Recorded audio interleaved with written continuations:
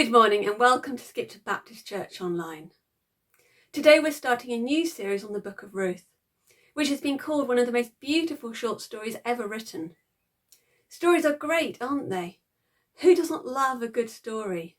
Whether we're being read a bedtime story as a very young child, or reading lengthy novels ourselves as adults. Personally, I think ones which have happy endings are the best. Now, without giving too much away, I hope, in its 85 verses, the Book of Ruth moves from brokenness, tragedy, death and despair to love, joy, new life and hope for the future. It tells a beautiful story of personal loyalty, love, redemption and unexpected grace. It's also a story that's part of God's grand story of redemption for all creation, pointing us ultimately to Jesus, as we'll see when we get to chapter 4. The Book of Ruth shows us how God can use even loss, bitterness, longing and famine to advance his plan to redeem his people. Yet it is simply the story of ordinary people, like you and me, facing ordinary everyday events. It concerns men and women, marriage and in-laws, children and infertility. There's joy and sadness, and there's life and death. There are no miracles, no signs and wonders, no prophets, no direct messages from God. But it's clear that the invisible hand of God is at work in the lives of these very ordinary people, just as it is in our lives today, guiding, directing, providing and sustaining his people, in the midst of the challenges that life throws at them, through God's redeeming grace. Interestingly, Ruth is one of only 2 Old Testament books named after a woman, the other one being Esther. And it's the only Old Testament book named after a non-Israelite, who is a Moabite at that. This is surprising because Moab was a long-standing enemy of Israel. As we journey through the book together, we'll see why it was named after this seemingly insignificant Moabite woman. As we learn from verse 1, Ruth is set during the time of the Judges, the 3 centuries between Israel's entrance into Canaan and the anointing of their first king. This was the time of such well-known Old Testament characters as Gideon, Deborah and Samson. But this was also a dark time for Israel, because it was a time of violence, anarchy and moral depravity, when God's people were often far from him. There was a recurring pattern of events throughout this time. God's people would rebel against him. God gave them over to their oppressors. God's people repented. God sent a deliverer, a judge to rescue his people. God's people rebelled against him again and again, and so the cycle went on and on and on. The people needed a godly king to lead them and show them the way to live, to bring an end to this hopeless cycle. The constant refrain throughout the book of Judges is there was no king in Israel, and everyone did what was right in their own eyes. How far, I wonder, might that same description, everyone did what was right in their own eyes, be true of our society and our world, and even our churches at times today? Although unlike people in the time of the Judges, we live in a country with a government and a king where there is law and order rather than anarchy. We live in an age where most people live in the way which they think is right in their own eyes, rather than seeking to live with God as their king, because so many people don't know God. And it is in such a godless society that we as Christians are called to live as those who have God as their king, to shine as lights pointing others to Jesus and the light and love that he offers in a world filled with so much darkness. Just as the book of Ruth shines as a light in contrast to the darkness, idolatry and moral depravity prevalent in much of the book of Judges. So as we journey through Ruth together, let's consider what we can learn from it about how we can live as those who have a king who has conquered death and now reigns in glory in heaven, among those who have no king. And while the book of Judges focuses on national issues and leaders, Ruth zooms in on the life and times of one particular family, a seemingly ordinary family, living an ordinary life amidst all the challenges facing the Israelites as a whole at that time. This reminds us that the God of the whole universe is wonderfully also concerned with the details of the ordinary everyday lives of seemingly insignificant individuals like you and me, because no one is insignificant to God. No one is insignificant to God. He knows and loves each and every one of us as his beloved children. As we learn in Psalm 139, God created our inmost being. He knows when we sit and when we rise. He's familiar with all our ways. And before our word is on our tongue, he knows it completely. We don't need to try to be extraordinary in any way in order for God to notice us and to love us. We just need to allow him to meet with us in the ordinariness of our everyday lives, whatever they might bring. And just as in the Book of Ruth, it is ordinary people living out the roller coaster of ordinary everyday life who are called to live in a godly way, so too we are called to allow our extraordinary God to join with us in the midst of our ordinary everyday lives, and to in turn then show God's amazing love to those we meet in the ordinariness of our daily lives and theirs. Let's now turn to chapter 1 and meet some of the key characters in this story. Although the Book of Ruth is a beautiful story, sadly its first chapter, which is what we're looking at today, begins in a rather less than beautiful way. In the course of its first 5 verses alone, things go from bad to worse. There's a famine, a move, a death, 2 marriages but no children, and then 2 more deaths. Not the happiest of starts to any story.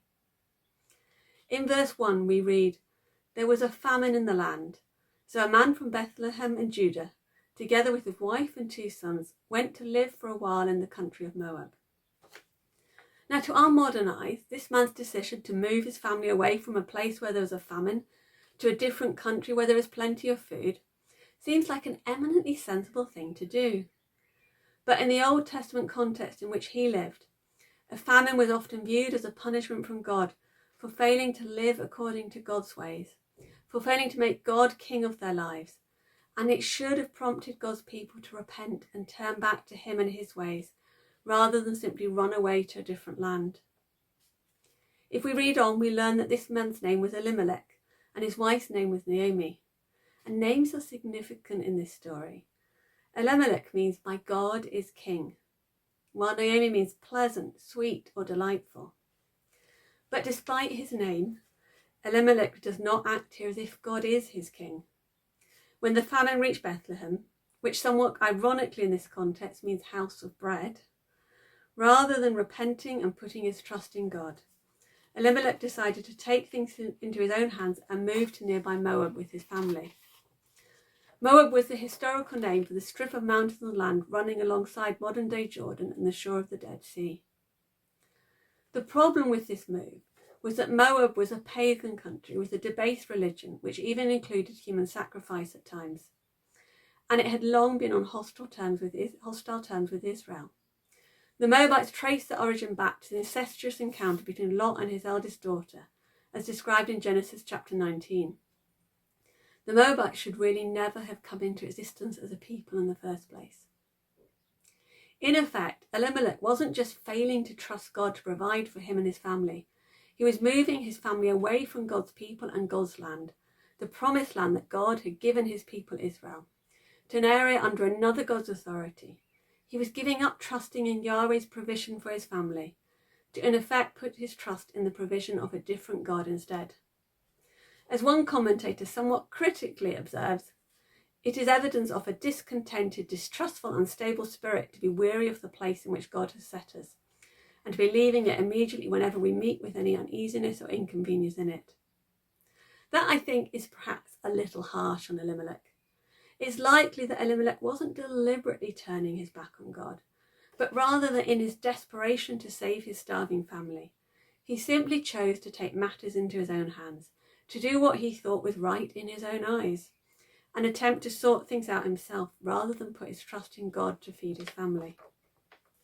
It's easy for us to judge Elimelech for this, but might we not have acted in the same way if we'd been in his shoes, if the well-being of our family was at stake, and we found a way to fix it ourselves? It certainly seemed like a wise decision in human terms. The moving to pagan Moab of all places does seem like a blatant disregard for God's ways and God's word on Elimelech's part. What would you have done? What do you do when you're facing a challenging time? Do you always wait in trust on God in the place and situation where He has put you, trusting that He is with you in whatever challenges you are facing and will help you get through them? Or do you sometimes begin to doubt God's love and care for you and look for alternative options and seek to take things into your own hands? What should we do in such circumstances? The balance between self-sufficiency and reliance on God isn't always clear-cut. Although we are called to trust God and His plans for our lives, we're also called to take some responsibility for ourselves. God doesn't promise to hand us everything on a plate, and He doesn't promise that life with Him will be easy or problem-free. As Jesus says to His disciples in John 16, "In this world you will have trouble." So how do we work out when to wait and trust for God to act and when we need to be more proactive? If we do feel it's right to take things into our own hands, how do we ensure that we continue to live with God as our King and hold on to our trust in Him as we do that? How do we hold on to our faith and trust in God when everything seems to be going against us? We will explore something of what the Book of Ruth as a whole teaches us about this as we journey through this series together. As we saw in our reading, things go from bad to worse for Elimelech and his family. Having moved to Moab initially out of desperation, they ended up staying there for some years rather than returning to Bethlehem. Then Elimelech dies, their sons Mahlon and Kilion marry Moabite women, but within 10 years they both die too, childless, leaving Naomi and their wives, Orpah and Ruth, as widows, seemingly without any hope for the future, particularly Naomi, who has first buried her husband and then both her sons in Moab. Naomi was left as an aging widow in a foreign land, with no husband or sons to provide for her or protect her. Surely such devastating loss and suffering was unfair and undeserved. The Bible certainly doesn't shy away from suffering. It deals with the realities of life, the good and the bad. And in the Bible, as in our lives today, there is often no explanation for such terrible suffering. Many of our questions about suffering of all kinds remain unanswered. But we are called to hold on to God in the midst of our suffering. We're called to hold on to Him. As Paul puts it in Romans 8:28, and we know that in all things God works for the good of those who love Him, who've been called according to His purpose. Even though we may not understand how this can possibly be the case in some of the circumstances we face in this life until we reach eternity.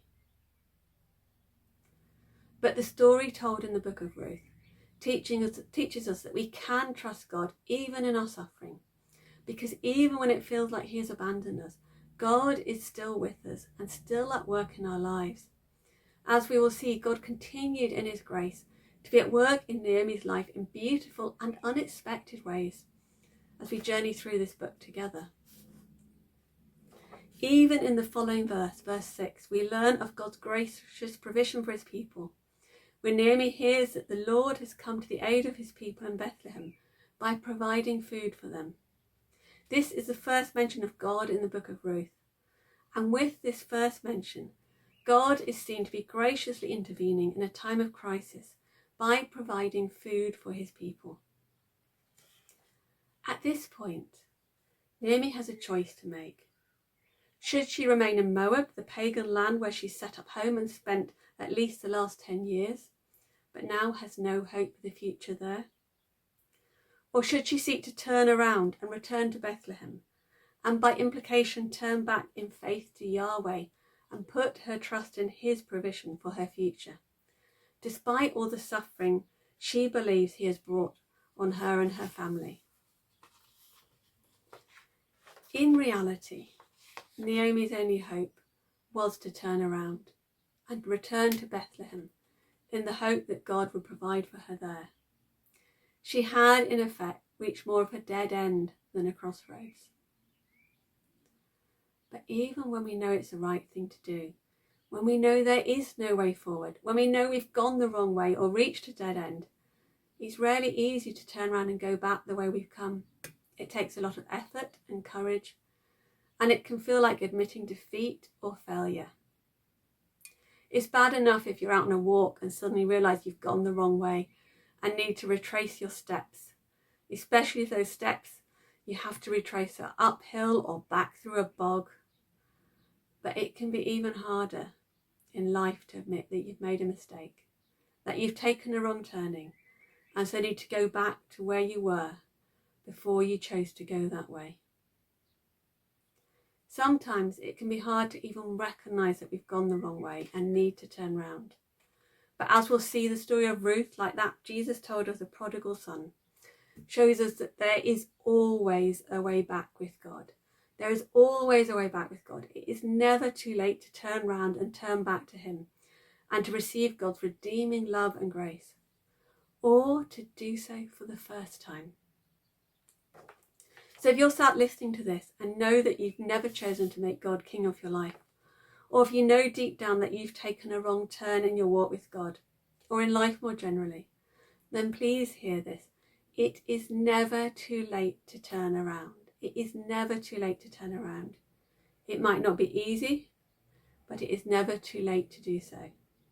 We just need to have the courage, and it often does take courage, sometimes a lot of courage, to take that first step back to living with God as our King and following his ways rather than doing what we think is right in our own eyes.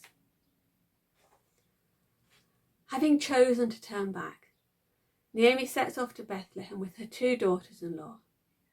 But at some point on the way, she urges them to return to Moab, to their mother's home, rather than continue to Judah with her. Significantly, despite the terrible way she feels Yahweh has treated her, in verse 13 she says, "The Lord's hand has turned against me." She still prays to him for them. She says, "Go back, each of you, to your mother's home. May the Lord show you kindness as you have shown kindness to your dead husbands and to me. May the Lord grant that each of you will find rest in the home of another husband." The Hebrew word used here for kindness is hesed, which is the word used to refer to God's steadfast love and covenant faithfulness to his people in the Old Testament. It also speaks of his grace, mercy and compassion. Naomi believes that God's hesed love, his covenant faithfulness, will extend beyond the borders of Israel and God's people to her 2 daughters-in-law. Initially, both Orpah and Ruth refused to leave Naomi, declaring instead that they will go back with her to her people, rather than remain with their people. Their response underlines their faithfulness to her and the depth of devotion they had for her. However, eventually, after a further speech by Naomi, Orpah agrees to do the sensible thing and go back to her people, where she may find a new husband. But Ruth refuses, choosing instead to cling to Naomi, as she utters these truly beautiful words. "Don't urge me to leave you or to turn back from you. Where you go, I will go, and where you stay, I will stay. Your people will be my people, and your God my God. Wherever you die, I will die, and there I will be buried. May the Lord deal with me, be it ever so severely, if even death separates you and me." What beautiful words. Remarkably, Ruth's decision to go with Naomi doesn't just reflect her devotion to Naomi, but also her faith in and commitment to Naomi's God, Yahweh. Ruth's decision to follow Naomi is rooted in her newfound trust in Yahweh. In effect, she is saying, "Naomi, the reason I belong to you is because I belong to Yahweh." Her statement here has echoes of God's statement when he made his covenant with his people Israel, when he said, "And I will walk among you and will be your God, and you shall be my people." Ruth the Moabite has been converted and seems now to have more faith in God than Naomi the Jew, who believes that the Lord's hand has turned against her. How striking that this amazing commitment to Yahweh comes not from an insider but an outsider, a Gentile who didn't even come under God's law. Ruth's expression of faith here is incredible. Her commitment to Naomi goes beyond time and place and ethnic background.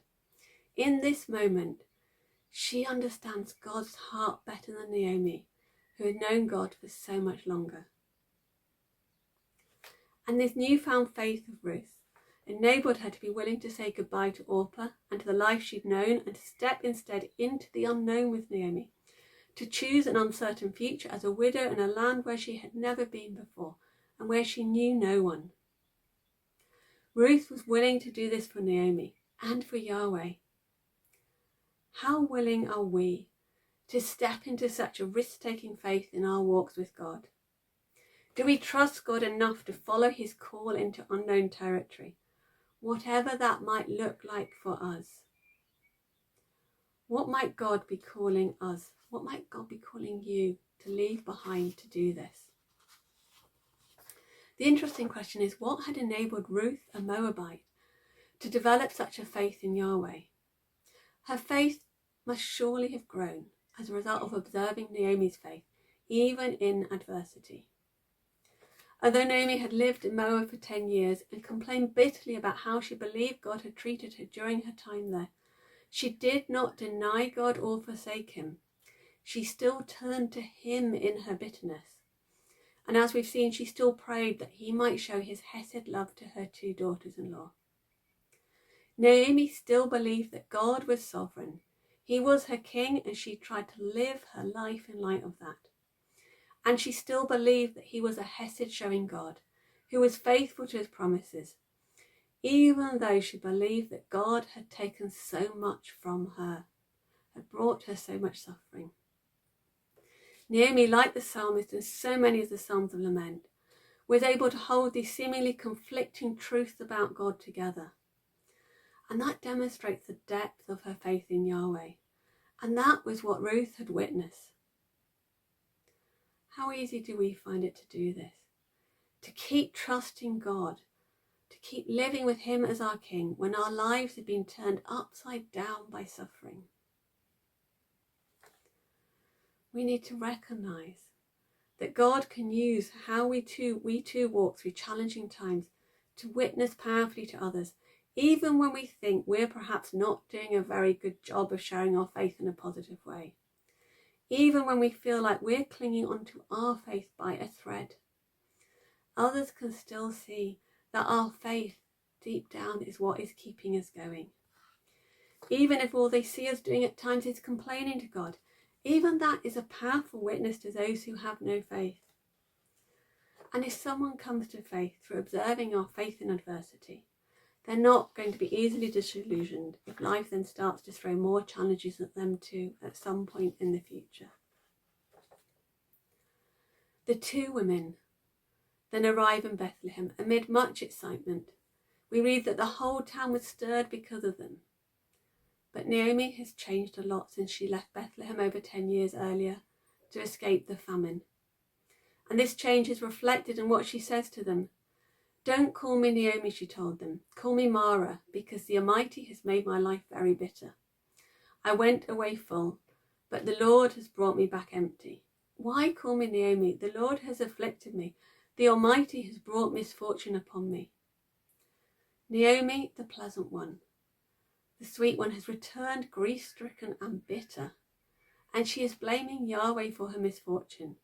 There is no acknowledgement that her family's decision to move to pagan Moab in the first place may have played some part in what later came about there.